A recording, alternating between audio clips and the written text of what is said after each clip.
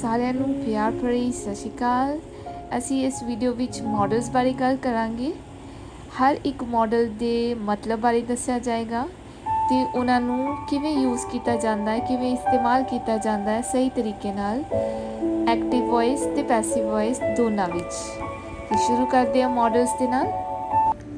ਸਭ ਤੋਂ ਪਹਿਲਾਂ ਅਸੀਂ ਸੈਂਟੈਂਸ ਦੇ ਸਟਰਕਚਰ ਦੀ ਗੱਲ ਕਰਾਂਗੇ।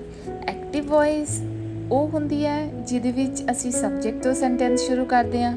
ਸਬਜੈਕਟ ਉਹ ਹੁੰਦਾ ਹੈ ਜਿਹਦੇ ਨਾਲ ਕੰਮ ਹੁੰਦਾ ਹੈ, ਜਿਹੜਾ ਕੰਮ ਕਰਦਾ ਹੈ, ਠੀਕ ਹੈ। ਅਤੇ ਜੇ ਉੱਥੋਂ ਦੀ ਸੈਂਟੈਂਸ ਸ਼ੁਰੂ ਹੁੰਦਾ ਅਤੇ ਉਹਨੂੰ ਅਸੀਂ ਕਹਿੰਦੇ ਐਕਟਿਵ ਵੌਇਸ। ਐਕਟਿਵ ਵੌਇਸ ਵਿੱਚ ਸੈਂਟੈਂਸ ਦਾ ਸਟਰਕਚਰ ਇਸ ਤਰੀਕੇ ਨਾਲ ਹੁੰਦਾ ਹੈ। ਸਬਜੈਕਟ ਸਭ ਤੋਂ ਪਹਿਲਾਂ, ਉਸ ਤੋਂ ਬਾਅਦ ਮਾਡਲ, ਉਸ ਤੋਂ ਬਾਅਦ ਵਰਬ ਦੀ ਫਸਟ ਫਾਰਮ, ਫਿਰ ਆਬਜੈਕਟ।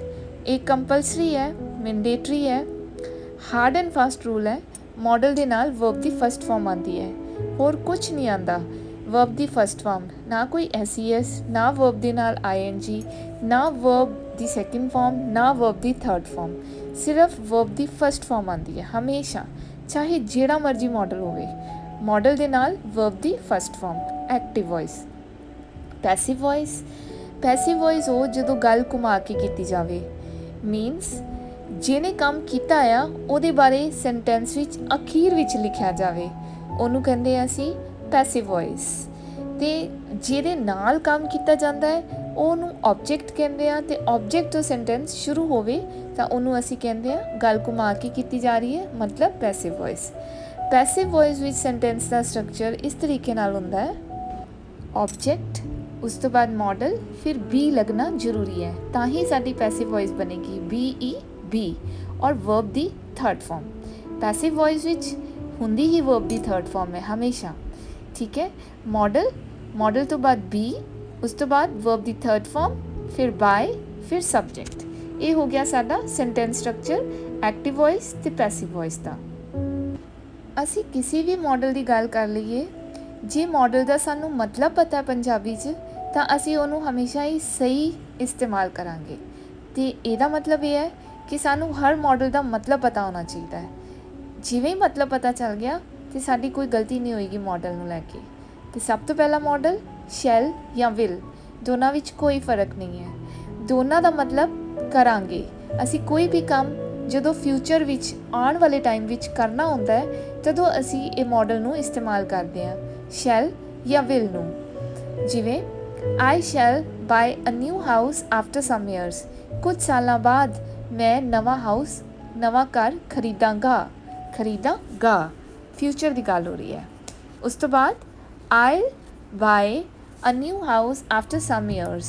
ਹੁਣ I'll ਮੈਂ ਬੋਲਿਆ, ਤੁਸੀਂ ਸੁਣਿਆ ਹੋਣਾ, ਇਹ ਸ਼ਾਰਟ ਫਾਰਮ ਹੁੰਦੀ ਹੈ, ਕੰਟਰੈਕਟਿਡ ਫਾਰਮ ਹੁੰਦੀ ਹੈ। ਔਰ I'll ਸੀ ਸਪੀਕਿੰਗ ਵਿੱਚ, ਐਂਡ ਜਦੋਂ ਅਸੀਂ ਫਲੂਐਂਸੀ ਵਿੱਚ ਬੋਲਣਾ ਹੁੰਦਾ ਹੈ ਤਦੋਂ ਅਸੀਂ I will ਨਹੀਂ ਬੋਲੀਦਾ, ਅਸੀਂ I'll ਬੋਲੀਦਾ। ਕੀ ਬੋਲੀਦਾ? I'll।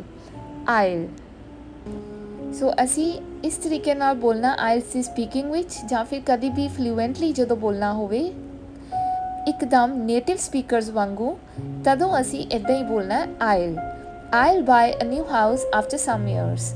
ਮੈਂ ਕੁਝ ਸਾਲਾਂ ਬਾਅਦ ਨਵਾਂ ਘਰ ਖਰੀਦਾਂਗਾ। ਹੁਣ ਸ਼ੈਲ ਔਰ ਵਿਲ ਵਿੱਚ ਫ਼ਰਕ ਕੀ ਹੈ?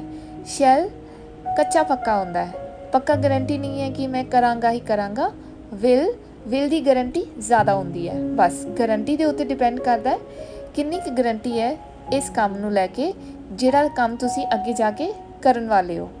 ਜੇ ਤੁਸੀਂ ਕੱਚਾ ਪੱਕਾ ਹੋ, ਸ਼ਾਇਦ ਹੀ ਤੁਸੀਂ ਕਰੋਗੇ, ਤਾਂ ਤੁਸੀਂ ਬੋਲੋਗੇ I shall।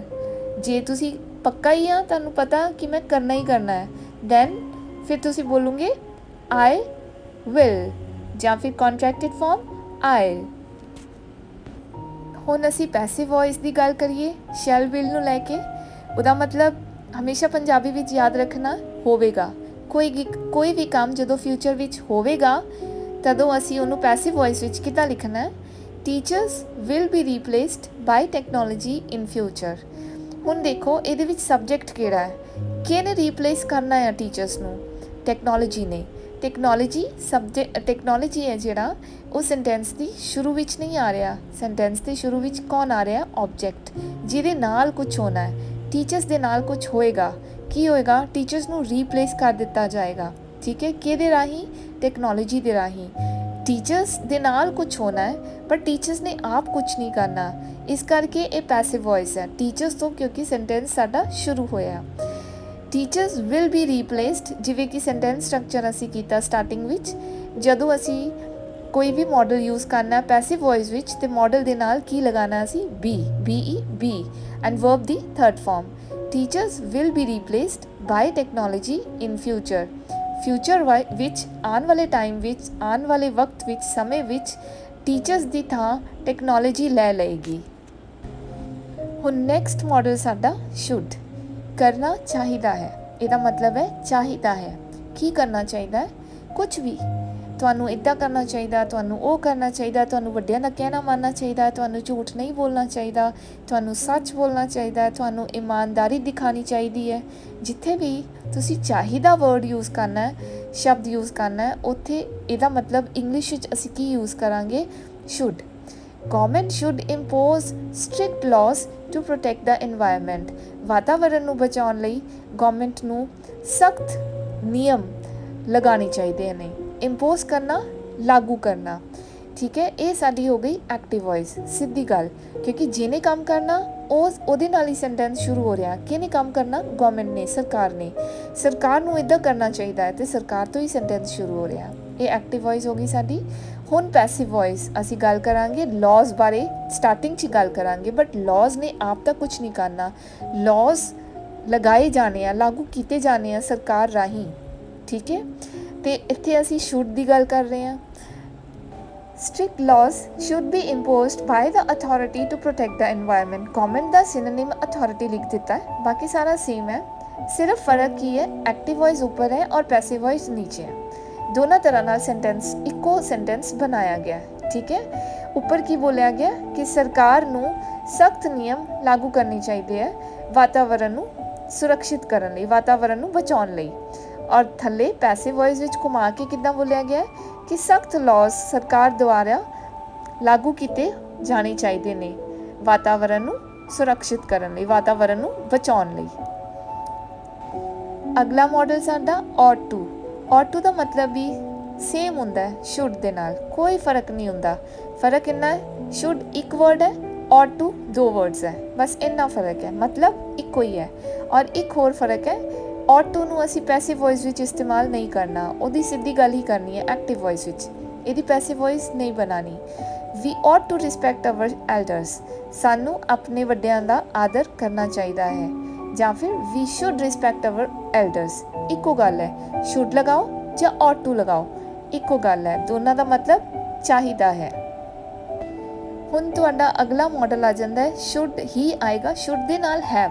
ਜਦੋਂ ਅਸੀਂ ਸ਼ੁੱਡ ਇਕੱਲਾ ਲਗਾਉਂਦੇ ਹਾਂ ਤਾਂ ਉਹਦਾ ਮਤਲਬ ਚਾਹੀਦਾ ਹੈ। ਜਦੋਂ ਸ਼ੁੱਡ ਦੇ ਨਾਲ ਹੈਵ ਲਗਾਉਂਦੇ ਹਾਂ ਤਾਂ ਚਾਹੀਦਾ ਸੀ ਆ ਜਾਏਗਾ, ਉਹ ਬਦਲ ਜਾਂਦਾ ਹੈ, ਤੁਹਾਡਾ ਟੈਂਸ ਬਦਲ ਜਾਂਦਾ ਹੈ। ਆਈ ਸ਼ੁੱਡ ਹੈਵ ਵਰਕਡ ਹਾਰਡ, ਮੈਨੂੰ ਮਿਹਨਤ ਕਰਨੀ ਚਾਹੀਦੀ ਸੀ। ਜਦੋਂ ਤੁਸੀਂ ਚਾਹੀਦਾ ਸੀ ਦੇ ਬਾਰੇ ਗੱਲ ਕਰਨੀ ਹੈ ਤਾਂ ਸ਼ੁੱਡ ਹੈਵ ਲਗਾਉਣਾ ਹੈ। ਠੀਕ ਹੈ, ਮੈਨੂੰ ਬਹੁਤ ਵਧੀਆ ਕੰਮ ਕਰਨਾ ਚਾਹੀਦਾ ਸੀ। I should have worked efficiently, ਮੈਨੂੰ ਵਧੀਆ ਕੰਮ ਕਰਨਾ ਚਾਹੀਦਾ ਸੀ, ਮੈਨੂੰ ਗਾਣਾ ਚਾਹੀਦਾ ਸੀ। ਆਈ ਸ਼ੁੱਡ ਹੈਵ ਸੰਗ। ਠੀਕ ਹੈ ਜੀ, ਵਰਬ ਦੀ ਥਰਡ ਫਾਰਮ, ਇਹਦੇ ਵਿੱਚ ਵਰਬ ਦੀ ਥਰਡ ਫਾਰਮ ਆਏਗੀ। ਹੈਜ਼ ਹੈਵ ਦੇ ਨਾਲ ਹਮੇਸ਼ਾ ਹੀ ਹਮੇਸ਼ਾ ਵਰਬ ਦੀ ਥਰਡ ਫਾਰਮ ਆਉਂਦੀ ਹੈ। ਹੈਜ਼ ਹੈਵ ਦੀ ਪੱਕੀ ਯਾਰੀ ਹੈ ਵਰਬ ਦੇ ਥਰਡ ਫਾਰਮ ਨਾਲ। ਇਹਨਾਂ ਦੀਆਂ ਯਾਰੀਆਂ ਸਭ ਤੋਂ ਜ਼ਿਆਦਾ ਪੱਕੀਆਂ ਹੁੰਦੀਆਂ, ਸਮੇਂ ਦੇ ਨਾਲ ਵੀ ਬਦਲਦੀਆਂ ਨਹੀਂ। ਅਗਲਾ ਮਾਡਲ ਮਸਟ, ਜ਼ਰੂਰੀ ਕਰਨਾ ਚਾਹੀਦਾ ਹੈ, ਇਹਦਾ ਮਤਲਬ ਵੀ ਚਾਹੀਦਾ ਹੈ, ਪਰ ਜਦੋਂ ਕੋਈ ਜੇ ਅਸੀਂ ਉਹ ਕੰਮ ਨਹੀਂ ਕਰਾਂਗੇ ਤਾਂ ਬਹੁਤ ਵੱਡਾ ਨੁਕਸਾਨ ਹੋ ਜਾਏਗਾ। ਹੋ ਸਕਦਾ ਸਾਡੀ ਜਾਨ ਵੀ ਚਲੇ ਜਾਏ, ਕੁਝ ਵੀ ਹੋ ਸਕਦਾ ਹੈ। ਵੱਡੇ ਤੋਂ ਵੱਡਾ ਨੁਕਸਾਨ ਜਦੋਂ ਹੋ ਜਾਏਗਾ, ਹੋ ਸਕਦਾ ਹੈ, ਤਦੋਂ ਅਸੀਂ ਕਹਿ ਸਕਦੇ ਹਾਂ ਕਿ ਸਾਨੂੰ ਇੱਦਾਂ ਕਰਨਾ ਚਾਹੀਦਾ ਹੈ।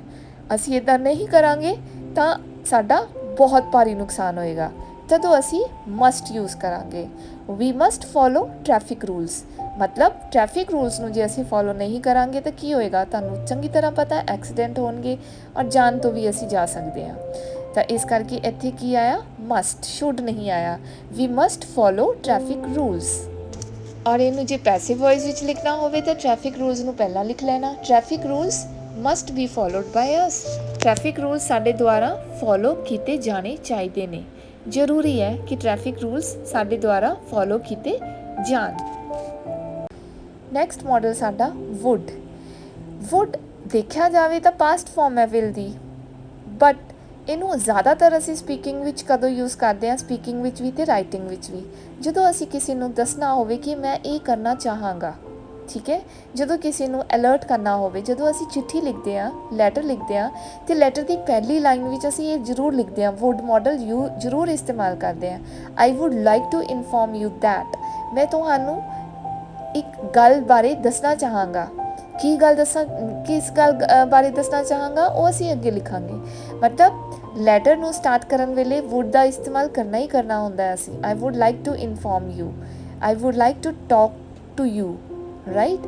ਜਦੋਂ ਅਸੀਂ ਕਿਸੇ ਨੂੰ ਸਪੀਕਿੰਗ ਵਿੱਚ ਬੋਲਦੇ ਹਾਂ I would like to talk to you about something important, ਤਾਂ ਅਸੀਂ ਉਹਨੂੰ ਅਲਰਟ ਕਰ ਰਹੇ ਹਾਂ, ਅਸੀਂ ਉਹਨੂੰ ਦੱਸ ਰਹੇ ਹਾਂ ਕਿ ਵੀ ਕੋਈ ਗੱਲ ਹੈ ਜਿਹਦੇ ਬਾਰੇ ਅਸੀਂ ਤੁਹਾਡੇ ਨਾਲ ਗੱਲ ਕਰਨਾ ਚਾਹੁੰਦੇ, ਕੋਈ ਇੱਕ ਇੱਦਾਂ ਦੀ ਗੱਲ ਹੈ, ਅਤੇ ਅਸੀਂ ਉਹਨੂੰ ਬਸ ਅਲਰਟ ਕਰ ਰਹੇ ਹਾਂ। ਔਰ ਹੋਰ ਤਰੀਕੇ ਨਾਲ ਅਸੀਂ ਕਿੱਦਾਂ ਕਹਿ ਸਕਦੇ ਹਾਂ, I would love to go there, ਮੈਂ ਉੱਥੇ ਜਾਣਾ ਬਹੁਤ ਪਸੰਦ ਕਰਾਂਗਾ। I would like to have a cup of tea, I would like to see you, I would like to watch television. ਇਸ ਤਰੀਕੇ ਨਾਲ ਕੁਛ ਵੀ, ਮੈਂ ਇੱਦਾਂ ਕਰਨਾ ਚਾਹਾਂਗਾ।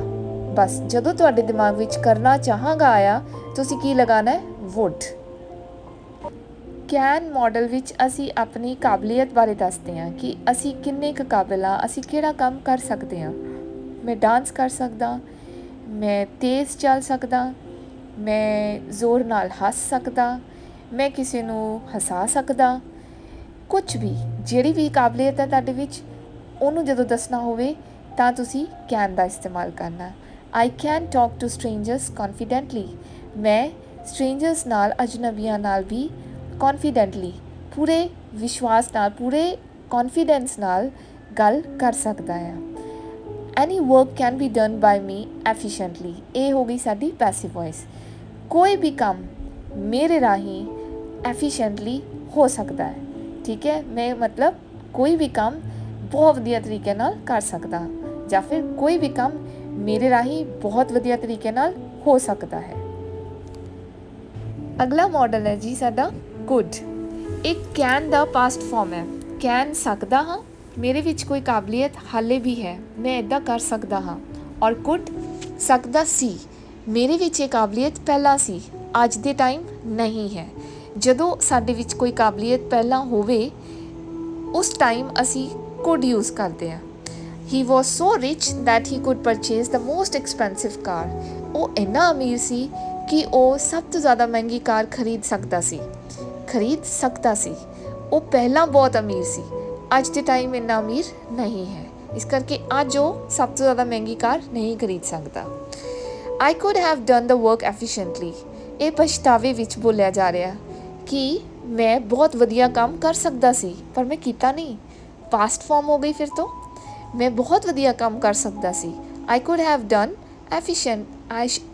Done the work efficiently. ਉਸ ਤੋਂ ਬਾਅਦ products could be sold by him at high price, ਇਹ ਕੀ ਹੈ, ਪੈਸਿਵ ਵੌਇਸ। ਪ੍ਰੋਡਕਟਸ, ਚੀਜ਼ਾਂ ਵੇਚੀਆਂ ਜਾ ਸਕਦੀਆਂ ਸੀ ਉਹਦੇ ਰਾਹੀਂ ਹਾਈ ਪ੍ਰਾਈਸ 'ਤੇ, ਉੱਚੇ ਦਾਮ 'ਤੇ, ਵਧੀਆ ਦਾਮ 'ਤੇ ਉਹਦੇ ਰਾਹੀਂ ਚੀਜ਼ਾਂ ਵੇਚੀਆਂ ਜਾ ਸਕਦੀਆਂ ਸਨ, ਪਰ ਉਹਨੇ ਵੇਚੀਆਂ ਨਹੀਂ। ਅਗਲਾ ਮਾਡਲ ਹੈ ਸਾਡਾ ਮੇ ਜਾਂ ਮਾਈਟ। ਦੋਨਾਂ ਦਾ ਇੱਕੋ ਹੀ ਮਤਲਬ ਹੈ, ਜਦੋਂ ਅਸੀਂ ਅੰਦਾਜ਼ਾ ਲਗਾਉਂਦੇ ਹਾਂ ਆਉਣ ਵਾਲੇ ਟਾਈਮ ਦਾ ਕਿ ਇੱਦਾਂ ਹੋ ਸਕਦਾ ਹੈ, ਤੁੱਕਾ ਲਗਾਉਂਦੇ ਹਾਂ, ਠੀਕ ਹੈ। I might watch the movie next week, ਹੋ ਸਕਦਾ ਹੈ ਕਿ ਮੈਂ ਅਗਲੇ ਹਫਤੇ ਮੂਵੀ ਦੇਖਾਂ। I may watch the movie next week, ਹੋ ਸਕਦਾ ਹੈ ਮੈਂ ਅਗਲੇ ਹਫਤੇ ਮੂਵੀ ਦੇਖਾਂ। ਹੁਣ ਇੱਕ ਜਗ੍ਹਾ ਮੇ ਲੱਗਿਆ, ਇੱਕ ਜਗ੍ਹਾ ਮਾਈਟ, ਇਹਦਾ ਮਤਲਬ ਕੀ ਹੈ? ਇਹਦਾ ਮਤਲਬ ਇਹ ਹੈ, ਮੇ ਦਾ ਮਤਲਬ ਜ਼ਿਆਦਾ ਪੋਸੀਬਿਲਿਟੀ ਹੈ, ਮਾਈਟ ਦਾ ਮਤਲਬ ਘੱਟ ਪੋਸੀਬਿਲਿਟੀ ਹੈ, ਕੱਚਾ ਪੱਕਾ ਹੈ। ਮੇ ਦਾ ਮਤਲਬ ਕਾਫੀ ਹੱਦ ਤੱਕ ਪੱਕਾ ਹੀ ਹੈ ਕਿ ਮੈਂ ਅਗਲੇ ਹਫਤੇ ਮੂਵੀ ਦੇਖਣ ਜਾਵਾਂਗਾ। ਇਹਦੀ passive voice, the movie might be watched by me next week, ਅਗਲੇ ਹਫਤੇ ਹੋ ਸਕਦਾ ਹੈ ਕਿ ਮੂਵੀ ਮੇਰੇ ਰਾਹੀਂ ਦੇਖੀ ਜਾਵੇ, ਇਹਦੀ ਪੈਸਿਵ ਵੌਇਸ। ਹੈਵ ਟੂ, ਮਜਬੂਰੀ, ਜਦੋਂ ਕਰਨਾ ਪਵੇਗਾ, ਇੱਦਾਂ ਕਰਨਾ ਹੀ ਪਏਗਾ, ਕੋਈ ਆਪਸ਼ਨ ਨਹੀਂ ਹੈ ਤੁਹਾਡੇ ਕੋਲ ਹੋਰ। I have to go there, ਮੈਨੂੰ ਉੱਥੇ ਜਾਣਾ ਪਏਗਾ, ਤਦੋਂ ਅਸੀਂ ਕੀ ਕਰਾਂਗੇ, have to. Students have to clear IELTS exam if they want to go to foreign country. ਜੇ ਉਹ foreign country ਜਾਣਾ ਚਾਹੁੰਦੇ ਆ ਤੇ ਉਹਨਾਂ ਨੂੰ IELTS ਦਾ ਐਗਜ਼ਾਮ ਕਲੀਅਰ ਕਰਨਾ ਹੀ ਪਵੇਗਾ, ਮਜਬੂਰੀ ਹੈ, have to ਕਰਨਾ ਪਵੇਗਾ।